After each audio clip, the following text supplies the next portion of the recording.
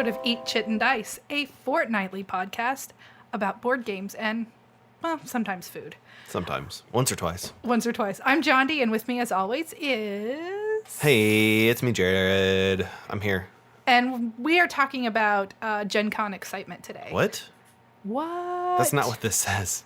Oh, it's called Execute Order 66. Hey, there we go. Prequel memes. Yeah. So we're talking about things that we're excited about at Gencon, because by the time you're listening to this, Gencon starts tomorrow. Today for some people. If they're doing trade day, yes. Yeah. It'll be today for me. Cool.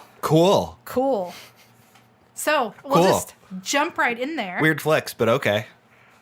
All right, John. Yeah, what is this? I already know what this is, but why don't you tell me about it? You do. It is the Quacks, or actually the Quacks of Quedlinburg's expansion, Herb Witches. They changed the name of that game when it was brought to English. Right, which it makes sense. It's just since I played it a bunch when it was German. Yeah, I still call it Quacksilver. Yeah. So, Same. But I'm really excited about the Herb Witches expansion, which is, it's debatable as to whether or not it'll actually be at Gen Con. It may be a pre-order, but either way, I want to get it. I think it will be at Gen Con, because I was told at Origins that it will be there. So barring any, stuck in customs kind of stuff, it should be there. I would say it's a 50-50 chance. Yeah.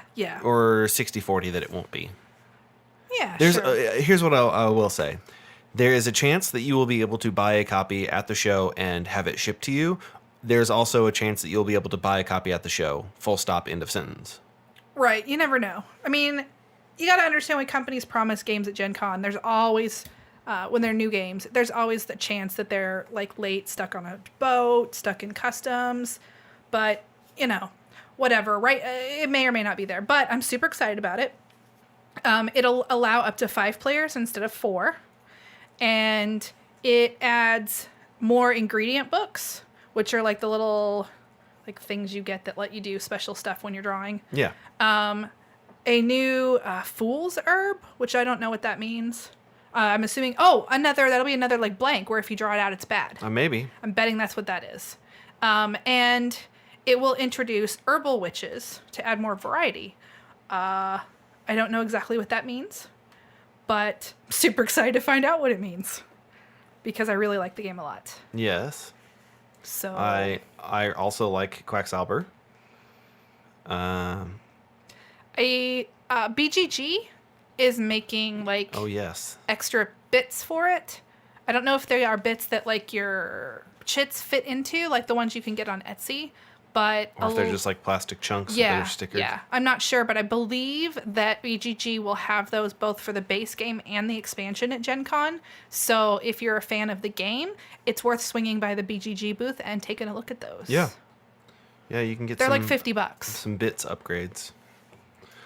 Obviously, this is a totally unnecessary thing, and it would be only something that you would do if it's one of your favorite games and you want to pimp it out. But yeah, because the big problem, if you play it a lot, the ingredient chits start to peel on the edges, from what I've been told. So if you're going to play the game even 10 times... Sure, I think you'd have to play it a lot more than that. Yeah, I mean, it depends on the people you're playing with. I mean, I think the people we play with are pretty good about treating your games with respect. Yeah.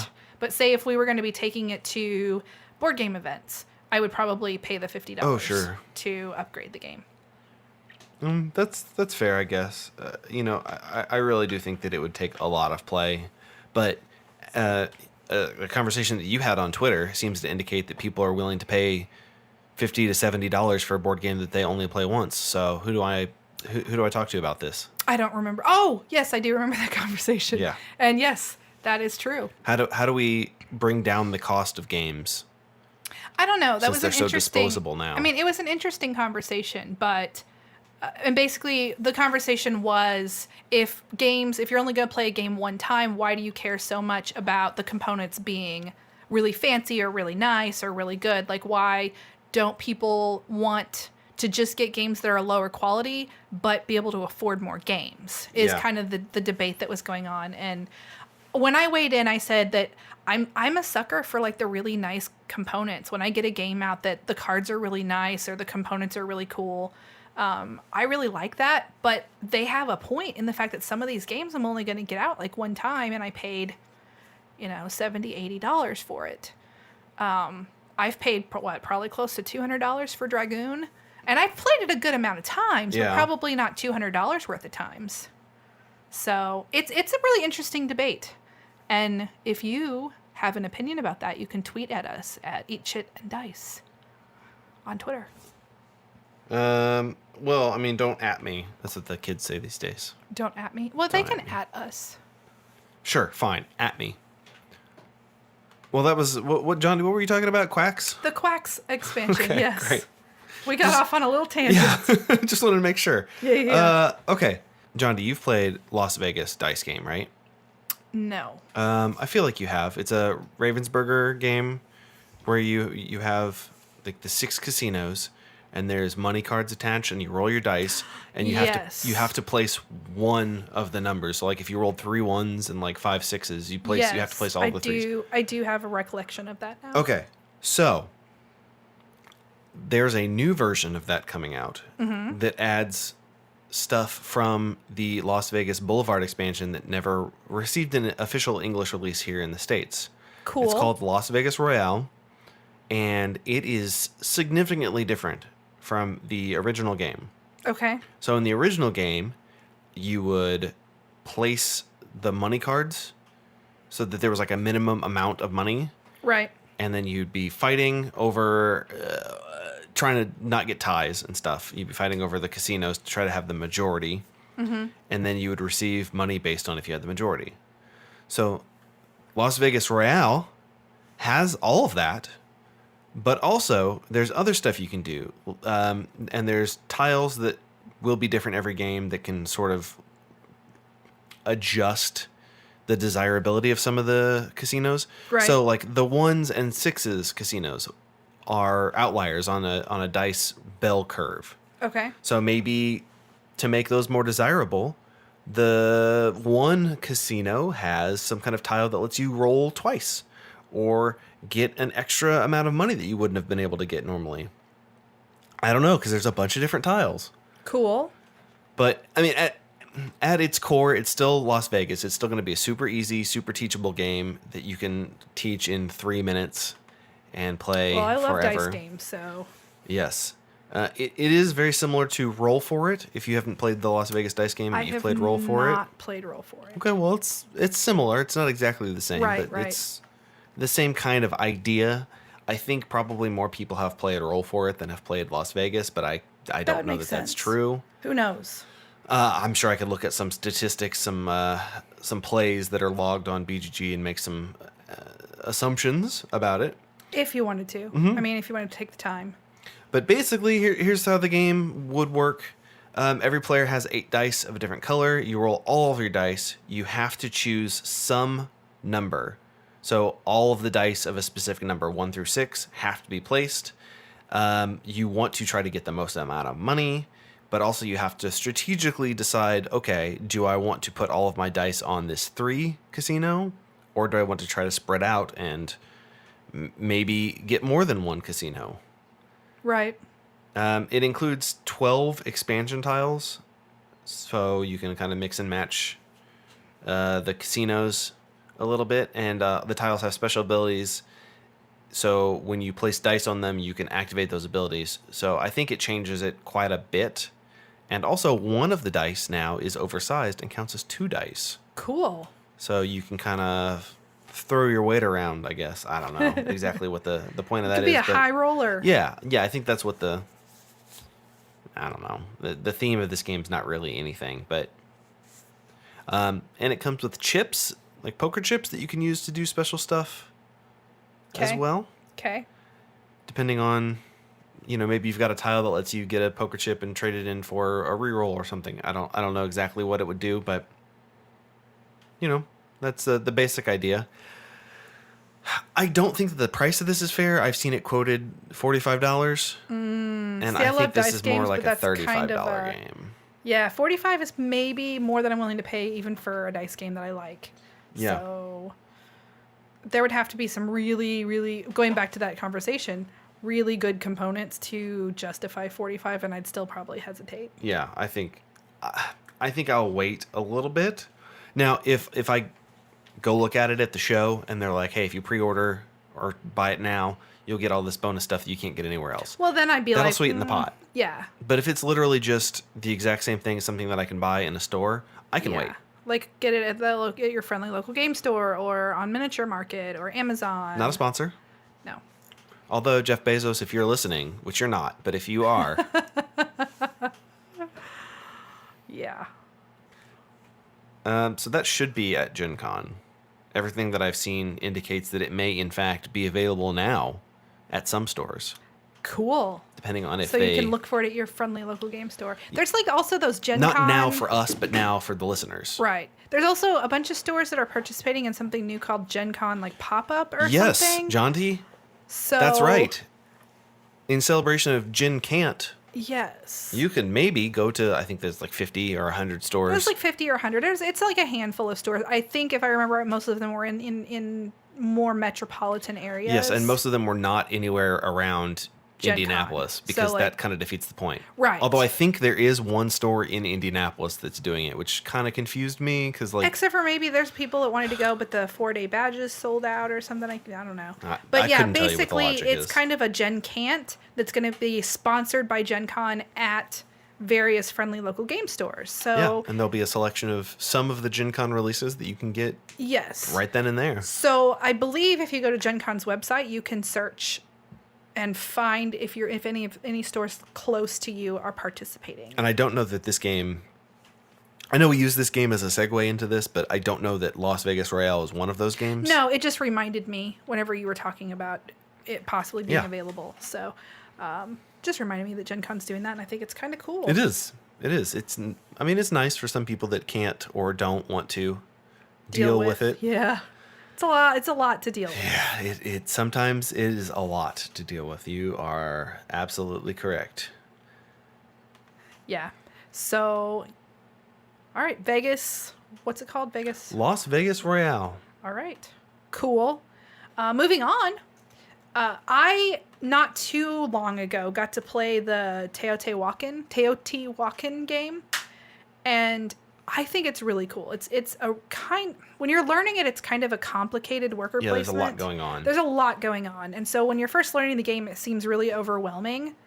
But once you start playing, everything just kind of falls in place and you totally get it. But basically, you are trying to build an Aztec temple, Mayan temple, something. I believe it's the Aztecs. So you're trying to build this, and there's the really cool tiles that you use to build it. But there's other things that you need to do, like to get resources and all these different things. But there are 4, 5, 6, 7, 8, 9. I think there's like 9 or 10 different areas for placing your workers. And each of those areas, most of them do 2 different things. So it's a lot to take in when you first start learning the game. But once you start playing it, it really makes sense. And the expansion is coming out. It's called Teotihuacan Late Preclassic Period. Sure, why not? So I assume that maybe it's moving into a later period, like post-Aztec period. I have to be honest in saying that I've only glanced at the BGG about it. Oh. So, but I like the game, so I definitely plan on checking out the expansion. I definitely plan on checking out as well. It says it introduces. No, nothing. Not checking this out, just checking out is what I said. Oh, okay. Well, whatever. It says that this one is a modular expansion, and it introduces several new options, like asymmetrical player powers. A 4th temple will allow permanent powerful abilities. So it looks like it's going to be adding just kind of a new layer to the game that already exists. But if you haven't played Teotihuacan, I would say give it a try. This would be probably a good chance to do that without having to buy the game. So swing by their booth and check it out. I do know that the expansion availability is at Gen Con, August 1st. In retail in the United States, August 8th. In retail in Canada, September 30th. It'll be available at Essen, October 24th. And then in global distribution shortly thereafter. So here's the deal, guys. If you are like in Europe, but you're traveling to Gen Con and listening to this podcast, this might be the best chance you have at getting a copy of this expansion for the next couple of months. Yep. So. Or if you're in Canada and you're coming down to America. Yes. The game is published by Boards and Dice. Yeah, that sounds right. Although I think it's like, I think they're just well. So I know the original base game was not. It was NSKN. Oh which yeah, I don't know if you pronounce that somehow. I don't either. I've always just said NSKN. That's what I've said. But I guess maybe they had some kind of distribution partnership. I don't know. Maybe. I don't work for this company. I don't know their inner workings. I don't know about the juggling act that goes into that kind of thing. And the only reason that I know anything about the juggling act that goes inside of the great mothership that is Asmodee is because they put out press releases constantly. That they do. Hey, we bought this company. They're still going to operate autonomously, but they're under our umbrella now. Cool. Yep. I think one of those comes out like every day. Yeah, a new company falls under their umbrella. Hey, we're partnering with Asmodee. Nothing's going to change at all, except that now we have Asmodee's distribution network. Yeah. Cool. Okay. Hey, remember a few months ago we put out that press release that nothing was going to change? Well, everybody's fired. Oh, God, I hope that doesn't happen to some of these companies. But, whatever. It could. Yeah, well, business is business, unfortunately. Right. Well, moving on, as we're getting off on fun tangents, I suppose. Oh, yeah, that's what people like, John D. That's what they listen for. They don't care about what we think because we can't stay games. on topic for the life of us. No. But, so you have something on here that I'm not familiar with. Oh, yeah, John D., shut up and listen to this. I shut up. Come on. Bring it on. Bring it. John D., have you ever read 2001: A Space Odyssey or any of the sequel books? I haven't read them, no, but I'm familiar with them. Okay. Well, in that book series, there is life on Jupiter's moon Europa. Okay. And I read those books when I was a wee lad, and I've always sort of been fascinated with the idea that, well, maybe there really is life on the frozen ocean moons of Europa. Right, that'd be super cool. Well, the designers of this game, Daryl Chow and Daniel Rochi? Well, I'm sorry if I mispronounced your name, but they also may have shared that same interest because the Artemis Project is a game about deep core mining in the oceans of Europa. Very cool. It's a worker placement game. You have to deal with like shellfish, plants, corals, arthropods, even strange fish and larger sea creatures. You have to mine and, well, don't lose, I guess. I mean, it's a worker placement game, so how much can really be said about the differences? I realize there's lots of differences between specific worker placement games. Right. The matter is whether or not it's... I like it whenever a game really manages to take hold of their theme. Yes. And the mechanics are like, yeah, okay, thematically, that's what's going on right here. So hopefully they do that. Yeah, it's dice placement rather than like straight up meeple worker placement. Okay. So, that I think is there aren't as kind many of the new those. trend. It is like Dice Hospital and my brain's not working. Yep. But there's a bunch out there. There are quite a few now. There are a lot. So, you roll your dice and then you have to decide how to assign those dice as workers. Yeah. You have to manage your mining business. There are some mission cards that you have to negotiate. They're called expeditions. Uh-huh. Oh, there's a lot going on. So in other words, we're going to be playing this soon? Oh, yes. Okay, I'm Absolutely. good with that. Absolutely. This is one of the ones I'm most excited about. I really like space games. So. Yeah, well, this one is in space, but it's not in space. Well, yeah, it's on another planet, moon, whatever. Yeah. It's not on Earth. Right. So it fits into the whole sci-fi thing that I like. Yes, that's true. It is very much sci-fi. Yes. It is very sci-fi. I mean, in my personal opinion, if NASA were to fund any kind of and I believe this is on the tables for 100 years from now, probably shorter than that, but I don't know. If we go up to Europa and we drill and we take a core sample of the ocean and find out there's life here, I'd be like, yeah, that makes sense. Sure. Yeah. Didn't you guys read 2001: A Space Odyssey? I am sure that most people that work at NASA have read that. Oh, yeah. Arthur it's C. probably, Clarke's like classic I feel like it's stuff. required reading if you want to be an astronaut or somebody like Maybe. like an astrophysicist or whatever. Maybe. I mean, those books are decades Classics. old at this point, but with the exception of some stuff that you couldn't have possibly foreseen, like how the internet has shaped our lives and stuff. I mean, they still have like pocket computers. You tell me what this is. I'm holding up my cell phone. It's a pocket It's a computer. pocket computer. So, yeah, nailed that. They used drones, autonomous miniature flying drones Right. to survey stuff in some of these books. We have those. Yep.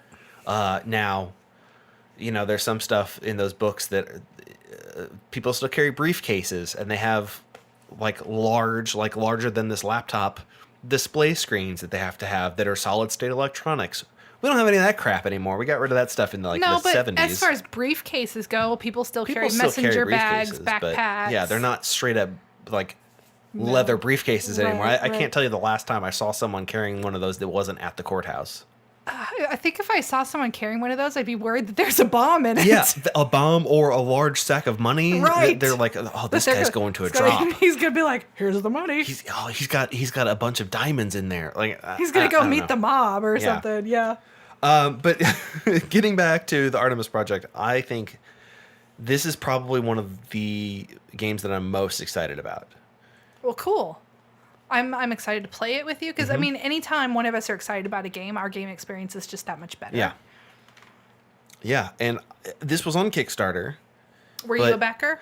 I did not back it. It was during a time where I had to make a decision between this game and another game, and I felt like this Yeah. one had a better chance of, Funding without you, well, that and being available afterwards. right? Like, there are some times where you're like, if this game funds, It won't ever be in stores. no one's, Like, yeah, it's not going to make it into any kind of distribution. But if this game funds, yeah, I could buy that from a store. So sometimes you gotta, kind of decide. that's fair. Yeah. And that is the Artemis Project, and then a rant about 2001: A Space Odyssey. And briefcases. Yeah, well, yeah. Yeah. So I know that sometimes we've said we aren't fans of party games, but I have kind of found that It has to be something really special. yeah, and that's not exactly true because there are party games that we really like. What I guess we should... We're not fans of things like Cards Against Humanity. Right. The kind of party game that doesn't really require that like apples to apples, you make that fun by thinking about how you can interpret the cards dirty. Yeah. And then Cards Against Humanity took that out of the equation and just straight up made the cards dirty. Right. So literally, you can play Cards Against Humanity without looking at any card in your hand and just put it into the pile and have Yeah, an you equal really chance could. of winning. You really could. But so the games that are just really Party games that don't require any kind of anything. anything. Yeah, I like ones that require some effort. So there's one that is either coming out at Gen Con or you'll be able to pre-order it at Gen Con. It is available for pre-order, but it's debatable whether or not it'll actually be at Gen Con. We've gotten some mixed information We here. have. However, the game is called Team 3, and I'm telling you, get this game. So you're familiar with ye old adage about monkey who hear no evil, see no evil, speak no evil. Yes. That's what this game is, except it's a dexterity game. So you have a bunch of blocks that are shaped basically like Tetris blocks. Yeah. Yeah. And you have 3 people on your team. One is the monkey that cannot speak. That monkey will have, or that person will have, I keep calling them monkeys. So that person will have a card in front of them that both teams are sharing the same card that tells them how the blocks need to be stacked and arranged. It's got like a picture of a pattern. Yes. But the other 2 team members cannot see that. But that person can't One of them speak. can't see at all. Yes. So that person can't speak and they can only motion. So then they are motioning to the center player who can speak, but they can't touch the blocks. So they're like the one that can't hear. So they can see what the first player's doing. They can interpret it with speech to the third player who has the blocks in front of them, but they can't see. And they have to build the pattern without being able to see. And so this means it's stacking them on top of each other, and some of the things that you're trying to do with them are fairly difficult. And it is so much fun. I saw this game being played at the Big Bar on 2 at Origins. Yeah. And literally, it's one where I was in the first group of people that sat down and played. Literally, the game just kept being played and kept being played because people would walk by and be like, oh my God, that's so cool. I want to play. And I also played in a tournament of it at DexCon. And it is really a fun game. I can't say enough good stuff about this other than get this game. Even if you're not at Gen Con, get this game. There are 2 versions. You can mix and match them. So you can buy both and play a larger game with more players. And I think there's some benefit if you mix and match the parts. There's some cards that you can only use if you have a double set to make even more complicated I think ones. So I'm not entirely sure on that, but I think remember you're right. seeing. I remember seeing something about that. I don't know that it necessarily had to be both copies, or if you could just have 2 of the same copy. Yeah, I'm not sure. There's also in one or both of the copies there are like I don't know if you call them level 2, but there's more difficult cards that you can play maybe as you progress through the game, or maybe even playing the game a lot and you think your team is like super awesome, so you're going to try the more difficult ones. And when I played in the tournament, I was in the final 2 teams, and we got one of the more difficult, like the level 2 cards or whatever, and they are hard. Yeah, it looks like each one comes with its own set of blueprints, which are the patterns you have to build, and a mini expansion. So the mini expansion is the harder So mix and match, etc., whatever. and you're what not have you. just stacking these like Tetris. This is like stacking and shaping. It's like 3D. So it's fairly difficult to do it, especially when I was playing in the tournament. Apparently my team was about to win. We had ours exactly correct except for one piece, and I was being told where the piece was and how to stack it. And I was trying to stabilize the tower in front of me, and I knocked the whole thing down. Yep, this is why you'll never be on my team. So we're going to have a copy of this game, at least one copy. Yes. And we are going to do something with it. And we'll let you know what that is when it's ready. Yes. But you'll find out.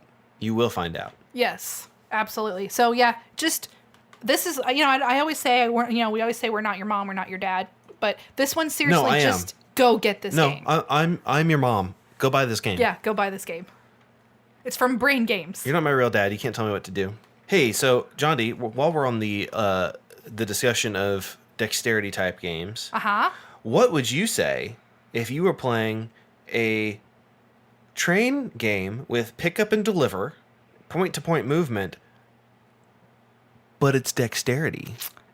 Interesting. Tell me more. Yes, it's called Rail Pass. It's from Mercury Games. So I don't know exactly how to classify this game. It's a pick up and deliver game. You have to deliver as many goods as possible in 10 minutes. The goods are represented by cubes, and the color of the cube indicates their destination. So you mix up the goods and arrange them in a row. You mix up the cities, depending on where you're sitting. You might have a city in front of you, you might not. And then once the time starts, all players simultaneously take their actions in any order, however they want to, as many times as they need to transport the cargo from city to city. You put the cube onto a train. You pick up the train. You pass the train through a tunnel, maybe. You cannot drop anything off the train because that's bad. Wow. Yeah. But you have to very carefully, in real time, while freaking out about things, I was going to say, is pass this a real the train game? to another player who then has God. to place it at the... So is it cooperative? Because I would say semi-cooperative. I was going to say, because why would I not just dump your stuff? Well, John D, because points are subtracted for dropped cubes or cubes delivered to the wrong from city. whoever dropped it. So if your crew is in charge of that, because a train can't leave the station without a crew. Right. So if you're in charge of that train and you goof it, well... So you probably classify it as a lot of things, like real-time pick up and deliver dexterity. Yeah. Point-to-point movement. It sounds interesting. Yes. I'm super excited for this. It was originally called like... Oh, God. I just looked up what it was called. Something like some kind of joke on Hot Mess, but also a train. I don't remember exactly what the joke was. But, oops, I maybe should have been prepared to tell you that joke, huh? Prepared? What's that? Yes, that's correct. Oh, it was called It's a Train Wreck. Oh, okay. Okay. So not a hot mess. Nothing about a hot mess. Whatever. Yeah, Yeah. that is really nothing Yeah. to do with a hot mess. But John D, here's the deal, right? We're going to be playing this the first night of Gen Con. Okay. So after all the things that we have to do. Yes, after everything that we're financially or legally or contractually obligated to do. Uh-huh. Are we talking Wednesday night or are we talking Thursday night? Not tonight. You're talking Thursday night. Yeah. Okay. Okay. Got it. Mercury Games puts this out, which is kind of strange because it's not really the kind of game that they normally would publish. They normally publish, like heavier Euros. Mm-hmm.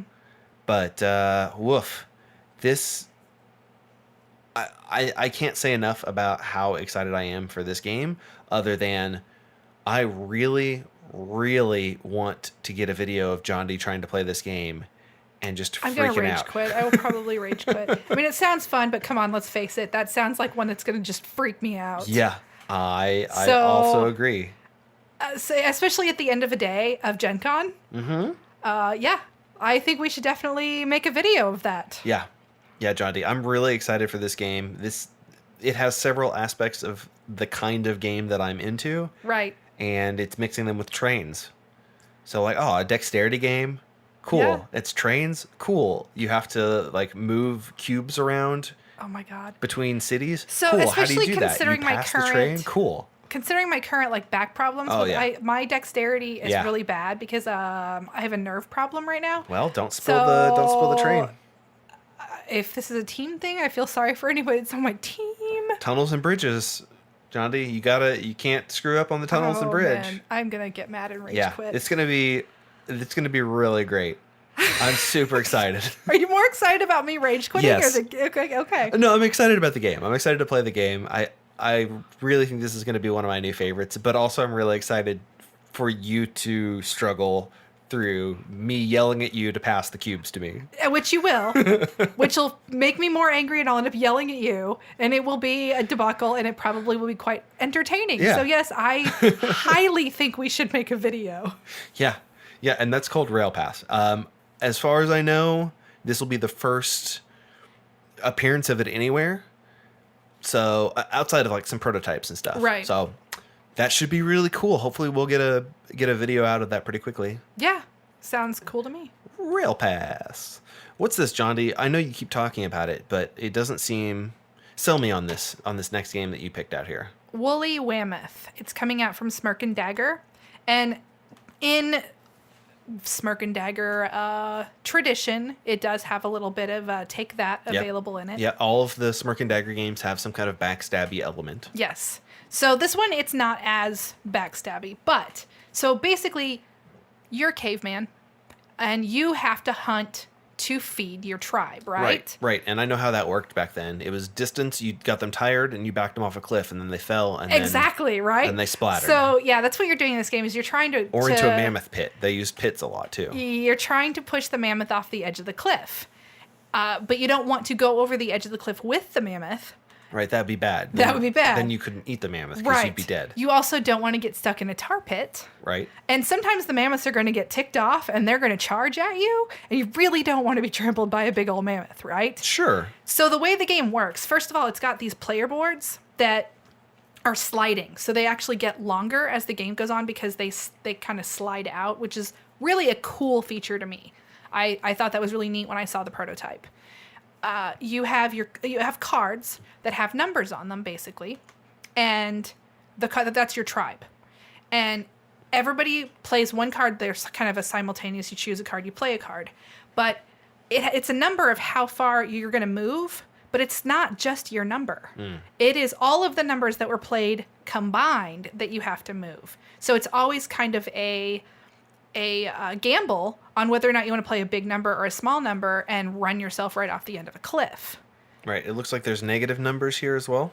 If I remember, yes. So you can subtract from like, okay, I'm really close to the edge of the cliff. I don't want to run off the cliff. I'm going to play this negative number to subtract from the total that gets put down.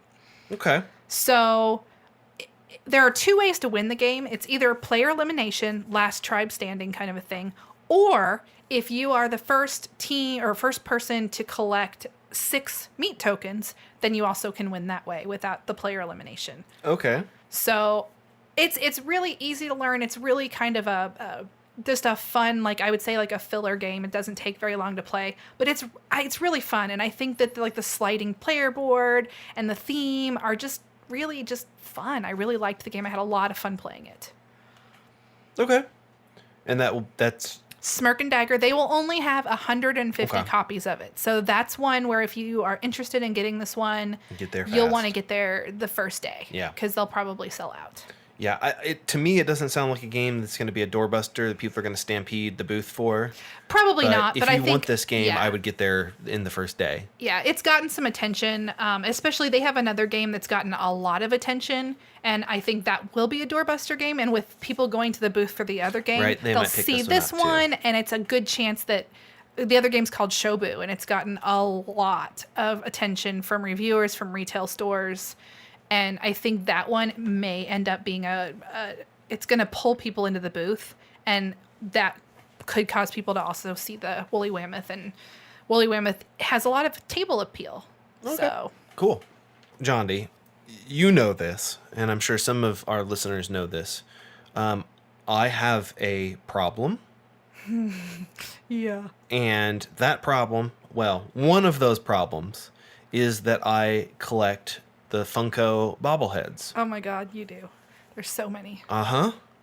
Well, never fear, because Funko is here to make my situation worse. It is, because you already you have a lot of board games too. Yes. Now you can have Funko board games. Great. The worst of both worlds.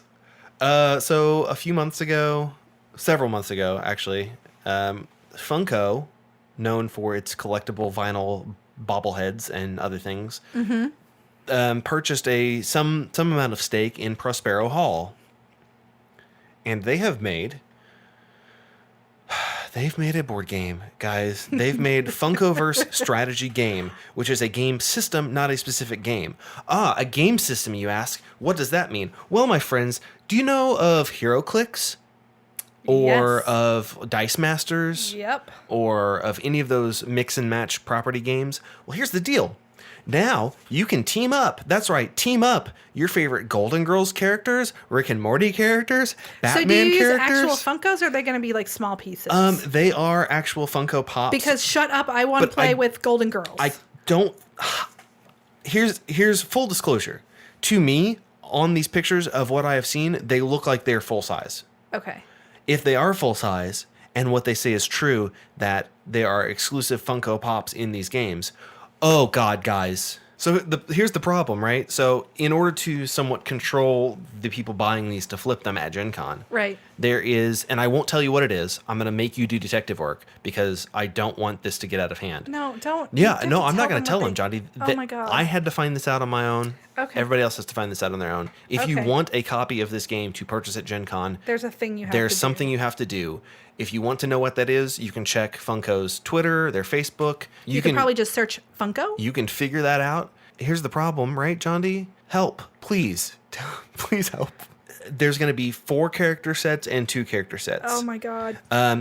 Each one of those, the 4 character sets and 2 character sets, are playable as a standalone game, and they come with exclusive Funko Pop figures that aren't available outside of that. So will you be doing the thing on the first day? Yep. It's a double-sided board, tokens, cards, items, dice. Sets can be combined. And what this specifically says here in this release is sets may be combined with one another, allowing the freedom to play how they like.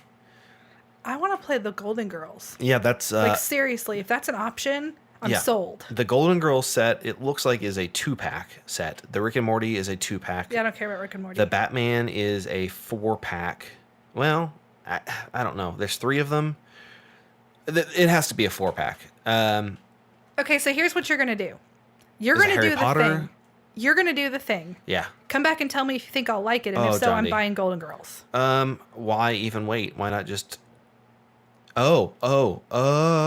Okay, so there's 2 Batman ones. There's a 4-pack and a 2-pack Batman one. The Golden Girls one is 2-pack. Maybe I'll just give you my money to get me the Golden Girls thing. Maybe. The 2-pack for Golden Girls is Let's see here. It's Blanche and Rose. Okay. And they are new sculpts. Even if they're like the keychain ones, I still think this game is going to be cool. Yeah. So it's basically like an adventure board game.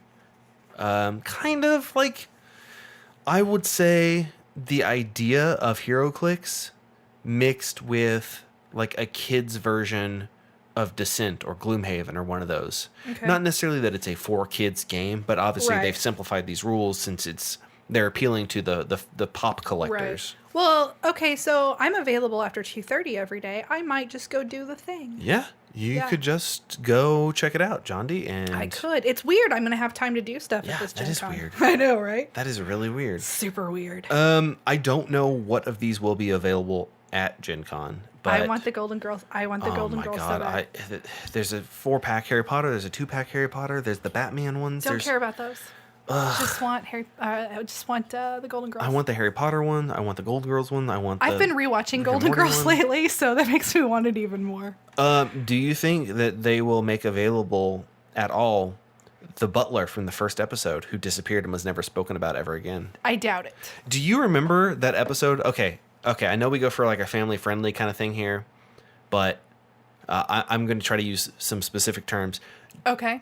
that will get around that problem. Do you remember the episode of The Golden Girls where Rose had a new boyfriend and they had a relationship and he died? And then he went... I actually just watched that episode because... He went to her house, or she went to his house, and it turned out his he was wife married, was there? and she thought it was his sister. Yes! Yes, I just watched that because Sophia comes walking into the kitchen. She's like, "There's a man in your bed," Yes. and then she's like, "Oh, no, there's not. Yeah, there is, and he's dead." dead. And they're like, "Are you sure?" And she's like, "I used to live in a He dead. senior home. I know what dead looks like." He dead. Yeah. Yeah. There's And actually then, like, a lot of... she blamed herself for it, but it There's turns out a- he had, like, a heart condition. Right. There's a lot of actually episodes regarding Rose and the bedroom that are actually really, really funny. Yeah, well, most of that show is Yeah, very it's great. funny. And it actually holds up. It does, Like, it does. they do crack some jokes that were, very period. Yeah. But for Any the jokes most about, part... like, West Germany aren't going to land these days. Or jokes about people that were elected officials at the Yes. time. But for the most part, the show really holds up. And it is hilarious. It's still a great show. It is. I've been rewatching it lately. Yeah. Like, it's the show I've been putting on, like, when I lay down in bed. And it's funny. I really enjoy it. Like, I watched some of it when it was on, but I was like, this show is dumb. Why would you want to watch a show about old ladies? Oh my God, But it's- now, at this point in my life, I'm like, oh, I relate to all it. It's like Married with Children. Like, when I was younger and I watched that, I was like, oh, dude, this guy's life sucks. He's got this job that he hates. His wife's always yelling at him. But now I'm like, his wife is super attractive. He has stable income. Yeah. All he does, he gets home, he just his sits on the kids are couch. a-holes, but... Well, Bud is kind of a bud hole. Right. I was never a fan of Married with Oh, Children. that's fair. It's It's in the same vein of Simpsons for me, and I don't like Simpsons either. So. that's fine. Why hasn't that show been canceled yet? I don't know. But honestly, I'm a huge fan of South Park, and I also wonder why it hasn't been Yeah. canceled. #, cancel South Park. Hashtag cancel all the shows except for the ones that I watch. Hashtag Funkoverse strategy board game. Guys, We gotta find another tangent. this will be another thing where I will produce some content about this because I'm all about doing a video. not super excited about this for the You're reasons that I excited should enough. We're excited because it's Funko. It's more Funkos that you didn't already have. They'll be exclusive to a game, and you like games. be. Yeah. You don't even care if the game is good. Well, okay. Well, I'll find out. But if there are house rules, so like with Crossmaster, I bought into Crossmaster hard Right. You did. because you could mix and match all the pieces, and you could. And the pieces were really Yeah. cute. If some guy out there makes home rules, like, okay, yeah, the Golden Girls pack is a 2-pack, but check this out. Rando guy on Board Game Geek made rules for the other 2 Golden Made Girls. rules for Dorothy and Yeah. Sophia. Yeah. Yeah. You're telling me you wouldn't be interested in that? I absolutely would. The possibilities here because of the number of, like, okay, the Harry Potter game. Or the Labyrinth characters. just the number of pops that they've made. I own very few pops. I have all 4 Golden Girls. Mm-hmm. I have all of the Labyrinth ones, including the one that was like the special Oh, the special edition. Kira? Yeah. And the Jareth with the Yes, I have the cod special. piece? Yeah, it doesn't feature his special the other star of the show. Yeah. Great. Yeah. Gross. I have Doctor Strange. I have so many Doctor Who pops. Can you imagine if they I do don't a have Doctor Who any. one? I don't have any. Well, I have very few pops. Just the I have possibilities. Maleficent. That's Maleficent right. technically is my daughter's, Then- but face it, I'm probably Yeah. never going to give it back to her. But there's just the amount of possible things that they could do with this system is There are what's some really. pops that I really want, and if they're out there, and you want to give John D a present, John D wants all of the Rankin Bass, like Rudolph pops. yes. And I missed She wants them. Heat Miser and Cold Man. Snow Miser, and I missed them whenever because I She wants that elf that thinks he's a dentist. Hermie. So yes, if you have them and you the want to give prospector. John D a gift, send them my way. Yeah, so their claim here is that it uses an innovative cooldown system. So the more powerful the ability to offset that to keep game balance, The longer it takes to get it back. yes, the longer it takes for you to recharge it. So Okay. that could be cool. So Yeah. you kind of have to think about, okay, well, if I use my super powerful move now, then I can do whatever this move does. And I'm But really I can't curious use it for the rest of the game. what kind of super cool moves the Golden Girls are gonna have. Well, John D, I can tell you, we were just talking about Rose's misadventures. Yeah, that's true. And if you watch Teen Titans Go, there's actually an episode where Cyborg gets Green Lantern's ring, and he summons the Golden Girls as his thing. Oh, like his Patronus? Yes, it was so funny. It was a joke that the kids watching the show totally wouldn't get, but the adults seriously Yeah. would. It was great. Well, anyway, John D, I am excited to play this game. I think that it will cause more problems for me than it's worth. I think you're right. But as long as I don't go super crazy, I don't know what they will have at Gen Con. Right. I have no idea. But there's some properties that Funko has licenses for that I simply would not buy a game of. Like if they say, hey, we're making a Stranger Things Funkoverse, I like the show, but not enough to buy any of the stuff. or I don't know, what else do they have? Everything under the sun. Well, Star right. Wars. Star Wars, I don't Star think that they could Trek. do a Star Wars one because of Fantasy Flight. Yeah. So the Funko bobbleheads, the Star Wars ones, so not every Funko Pop is a a bobble. bobblehead. I don't think the Star Trek ones are bobbleheads. The Star Wars ones have to be because Hasbro has figure rights. So for it to not be a action figure, it has to be a bobblehead. Right. The Star Wars ones also are glued to these bases so that they're further Oh, distinguished okay. from action figures. Well, So I kind of like don't that because think then they if can you do it. have them out of the box, they stand Yeah. up better. Yeah, because a lot of the Like, Funkos don't stand. I've got one that's not in the box, and it Oh, your will Plague not Doctor. stand up. Oh yeah, my He's Plague Doctor. very he top does heavy. not like to stand up. Yeah. But yeah, I don't think that I would buy all of them. Like the Rick and Morty one looks cool because canonically, if Rick and Morty have the ability to transfer between dimensions, then they can exist in the Harry Potter universe. It's fine. Absolutely Right. fine. Right. They can go to the Batman world. But I think it'd be weird to just have Harry Potter and the Golden Girls hanging out on your team. Except for Why- Harry. how did that happen? But except for Harry Potter could be in the Muggle world. Whoa, then- whoa, John D. Because he's like he grew John up. D. What? You can't use that word. It's 2019. Muggle? Whoa. Okay, what else do you have? Let's get out of this tangent. Funko strategy board game, guys. I'll let you know how it is. I will absolutely let you know everything that I can about how it is. Right.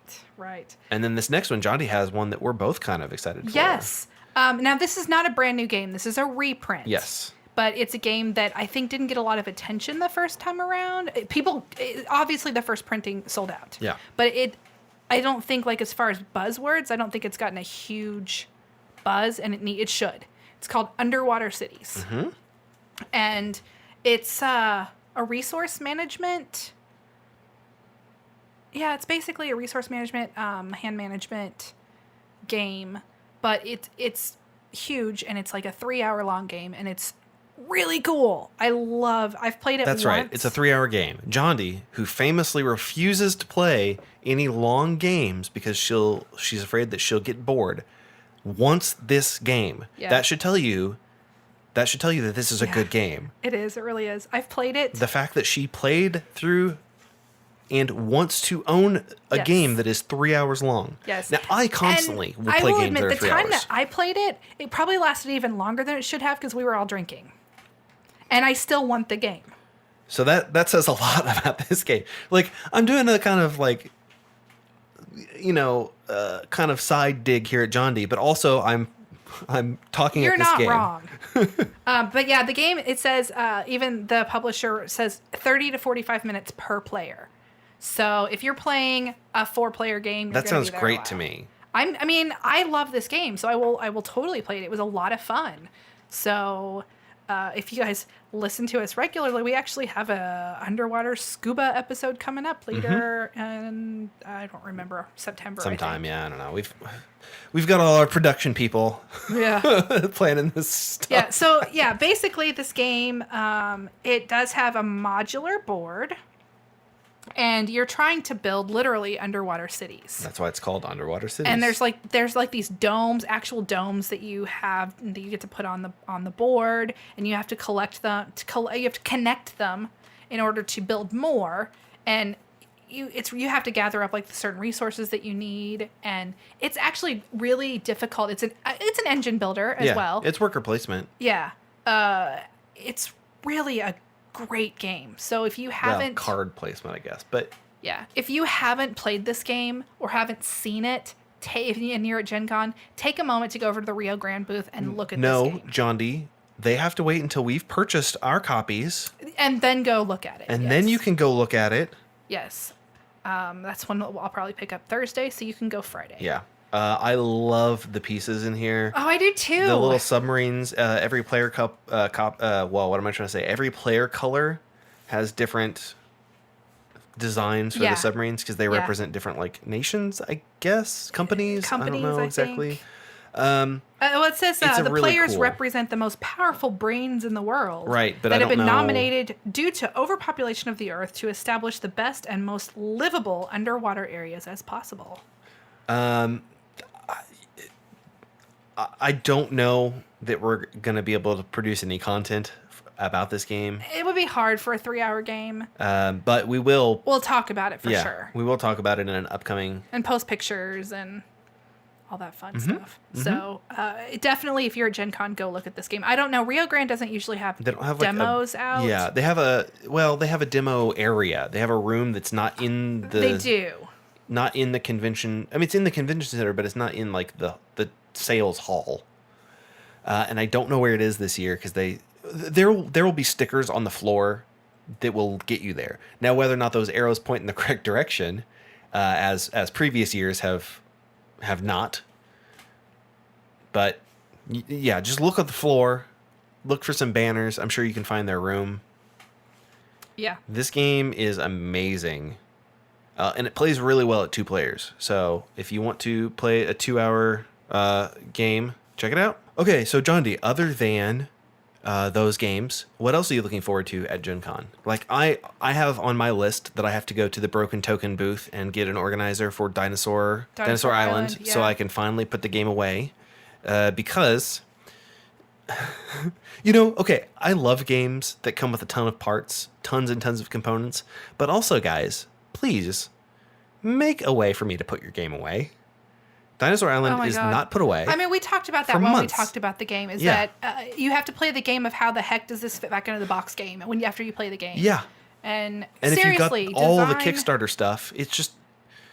I mean, I get it. I get that I might have to keep my expansion in a different box. Whatever, that's fine. But don't make your box impossible if you have the Kickstarter edition. Design your box so everything fits in it. Yeah. Yeah, I recently got the Power Rangers board game. There's no chance at all of ever getting that in any sort of storage solution. Sounds like you're making one. Yeah, I've come up with something, but yeah, the Dinosaur Island. They have 2 inserts, one for the base game, one for the expansion, and then they also have a crate that both of those fit into, so you can just get rid of the boxes and keep it in there. So I'm going to pick that up as well. Yeah. Is it officially sanctioned? So it'll have the logo and stuff on it? I believe so. It's really cool when they have stuff like that.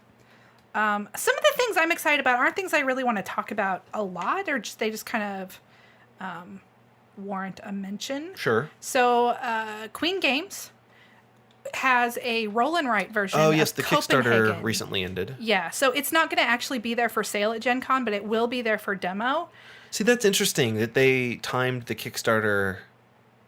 That they timed it so the Kickstarter would end like a week or two before Gen Con. I think that's really good idea, because like having it during Gen Con is really rough. It is, but also if you've paid money to have this booth where you're going to have a prototype of it, you could say like, hey, you just found out about this. You could have got it from Kickstarter 2 weeks ago, but now you have to wait. Now, if I remember right, most of their Kickstarters don't offer like lots of bells and whistles. Right. So All it's the not extra like stuff you can get out. later. Yeah, you haven't missed out on something. If you buy it directly from them, they call them Queenies. Yeah, so they're little promos. You can get them from the company. Just you can't buy it on like Amazon or anything and get the parts. So I've been really into the whole roll and write there's a genre lot of lately. them. And a lot of them are coming out. They're really hot right now. There's a lot. And so far, most of the ones I've played, I've really enjoyed playing, which Have is you played surprising Railroad for Inc? me. No, Did you play that? I've not played that one. But I don't think you've played on tour yet.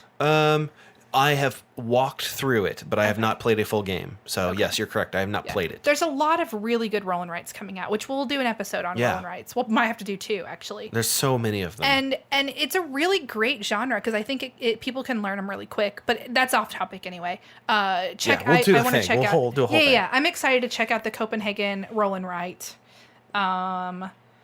I'm also interested. I may not like it at all, but I want to get the Star Trek Chrono Trek that's coming out from Looney Labs. Yeah, I have Chrononauts and the expansion, and then like the mini promo expansions. I have like all of that, and I loved that game. Yeah, I used to play it all the to time. So I'm also very interested in seeing that. There's also Machikoro Legacy. Yeah, and I've actually heard good things about it, which I was really. When I heard about it, I was like, really? Machikoro is a legacy game? Like, I like Machikoro for what it is, but how is it a legacy game? Right, but I've actually heard reviewers that have gotten advanced copies have all been saying they really liked it. So now I'm actually kind of curious. Yeah, I'm definitely interested. I'll definitely swing by the booth and look at it. They're also going to, at the Catan Studios area, wherever that may be, have maybe a demo, maybe just showing off. They're redoing Starfarers of Catan. But it's just Catan, Starfarers, and there's going to be some redesigns. I don't remember if we've talked about this on the podcast, but I'm interested. I don't like Catan, but Starfarers is different enough. Right. Well, So kind I'm of like the interested. fact that I kind of like the Star Trek one because it adds a little bit more to it. Yeah. So I'm just interested in what that's going to look like. Yeah. There's another one that is from a publisher I've never heard of. The OP. Oh, that's USAopoly. Oh, okay. They've rebranded. Yeah, that's USAopoly. Cool. Well, there's a game coming out from them that hits two of my sweet spots. Cats and food. Oh, Cat Cafe. No? Furry foodies. Furry foodies. Foodies. This one, you're a hungry cat, and you're trying to sneak snacks away from the people. Oh, okay. Like, what cat doesn't try to steal your food, right? That's true. Tabby will eat a donut out of your hand if you're not paying attention. She'll just take a bite of the donut. Q, when he was a kitten, my daughter was eating a Subway sandwich, and he stole the meat out of the middle of her sandwich. That's right. Yes, I know that She went to story. take a bite, and the meat was gone. Yeah.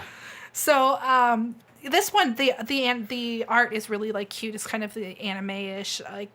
It falls into art that looks similar to like what's the cat that you like a lot? Pusheen? Yes, Okay. it's that style of art. And Funko has a license to make Pusheen Funkos. I'll Do you put think that in the that they'd strategy game. Yeah. All right, I'm here with my team. I'm ready for the tournament. I got Voldemort. I've got Rick from Rick and Morty. You've got Blanche I've got Devereaux. Blanche, and I've got Pusheen. That would be hilarious. Yeah, but anyway, so Furry Foodies is one. It's just a they say it's a abstract strategy tile placement game. Okay. But I'm interested because cat and food in one. It's Sure. like two sweet spots for Sure. me. And actually, Johnny, speaking of food, do you have any big food plans for Gen Con? Oh, I always have to eat at the Ram. The Ram? Yes. The Ram has that burger that has peanut butter on it, and they only sell that burger during Gen Con. Okay. It's so good. It is so not good for me, but Well. it is so good. Scotty's Brewhouse is gone. Yeah. So Noodle guy. don't know what I'm going to do there. I don't know if Island Noodles is going to be there. Oh, that'll make me sad. So here's the deal: it's not listed on the food truck schedule. However, He's it's just not on a the food street truck. corner. Right. Hot Box Pizza is also not listed on the. Yeah, but they're not really a food truck. Right. Like, they always do Gen Con specials. Exactly. but- They will have a table. They will be on Georgia Street. Yeah. But they're not a food truck. Right. So I think Island Noodles probably will be there. I don't know. Probably. But they're not listed on the schedule. So if they're not there, I can be like, okay, well, yeah, they're fine. They're not on the schedule. Fine. I mean, this year, I think other than hoping that I get to go to the Ram, I might be trying a lot of new things because some of the places that were staples for me are gone. Yeah. I always liked to go. I know it's silly because they're a chain, but we don't have one here. I liked Noodles and Company, and they're gone. Mm-hmm. We used to have one, but... Did rest in we? peace. Yeah. Oh. I used to eat there all the I time. wasn't aware of that. But Yeah, like 16 years ago. Okay. But yeah, my big food plans are try new stuff. There's a Onitama party at a sushi place. Okay. And it starts like really late, but still, you know, sushi and Onitama. Do you have to play cards to get specific sushi? I don't know. I don't know how the party works, but Or is it just you can play Onitama while you eat sushi? I have no idea how the party works. It's a party that doesn't start till midnight. Oh, wow. But it sounds like I don't want to eat sushi at midnight. I'm like a might. gremlin. You can't feed me sushi after midnight. Yeah, but it sounds like a cool party. So Okay. yeah, I don't know what my food plans are, but I know that I have food plans. Well, I have one Kickstarter before we say goodbye here. It is called Smartphone Inc. Oh, yes. Yeah, it's an economic simulation Eurogame with unique and elegant planning mechanics. So the idea here is that it's, like 15 years ago when smartphones were just getting started, and you are one of the pioneers of the smartphone industry, and you're designing the new smartphone. Right. So you have to design like your manufacturing process, your manufacturing techniques, how you would handle the logistics and sales. I mean, this is a Euro game. This is not cutting corners here on Euro game. This is if you look at the board and you are not prepared to play a Euro game, you're going to be like, what am I even looking at here? What the heck is this? When I've looked at it, it sounds very much like an economy game. Yeah. And I do not like economy No, games. you don't. No. No. But my having husband said and I that- almost got a divorce over an economy game. Oh, over Acquire? No. Oh. No, over Founders of Gloomhaven. Really? Yes. Wow. Oh my God.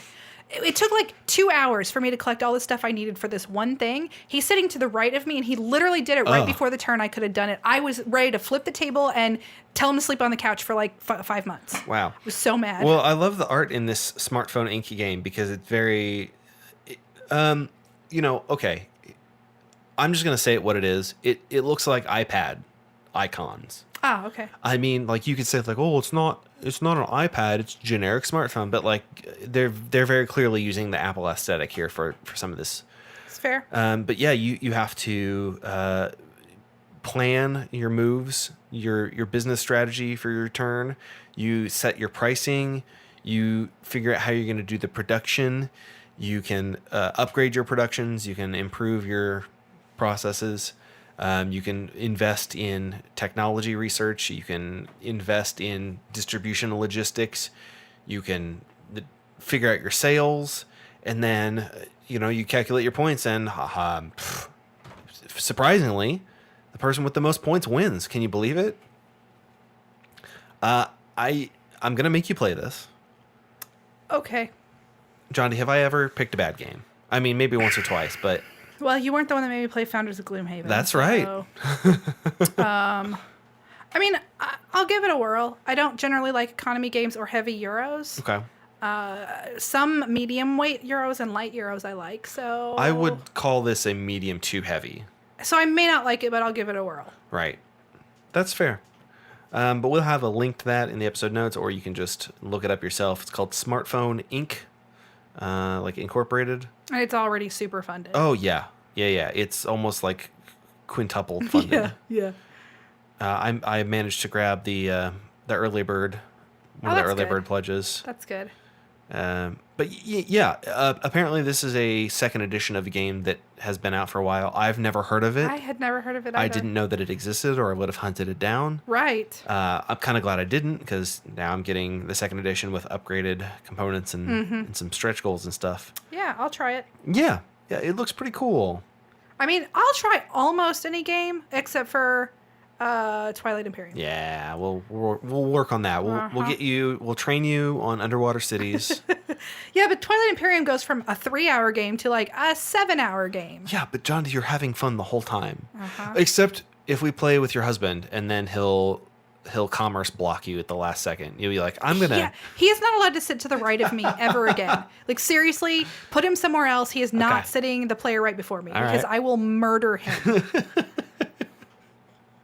I will put him in the ground. I almost saw a divorce happen over Battlestar Galactica once. Yeah, you've talked about that too. Gosh. Oh, well, what are you going to do, you know? Okay, well, I guess if you see us at Gen Con... You can find me every day from 8 to 2:30 in the First Exposure Playtest Hall, where you can also play new games that aren't out yet. And you can find me carrying a bunch of things that I've got in the dealer's hall. Yeah.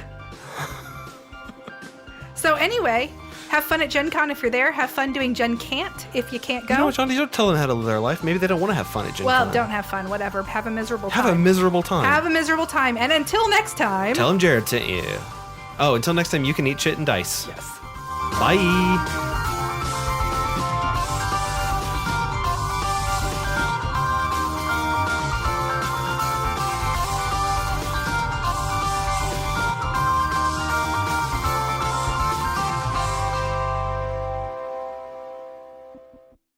Eat Shit and Dice is an independent production of Swin Media and is distributed under a Creative Commons license. Attribution, non-commercial, share alike 4.0 international.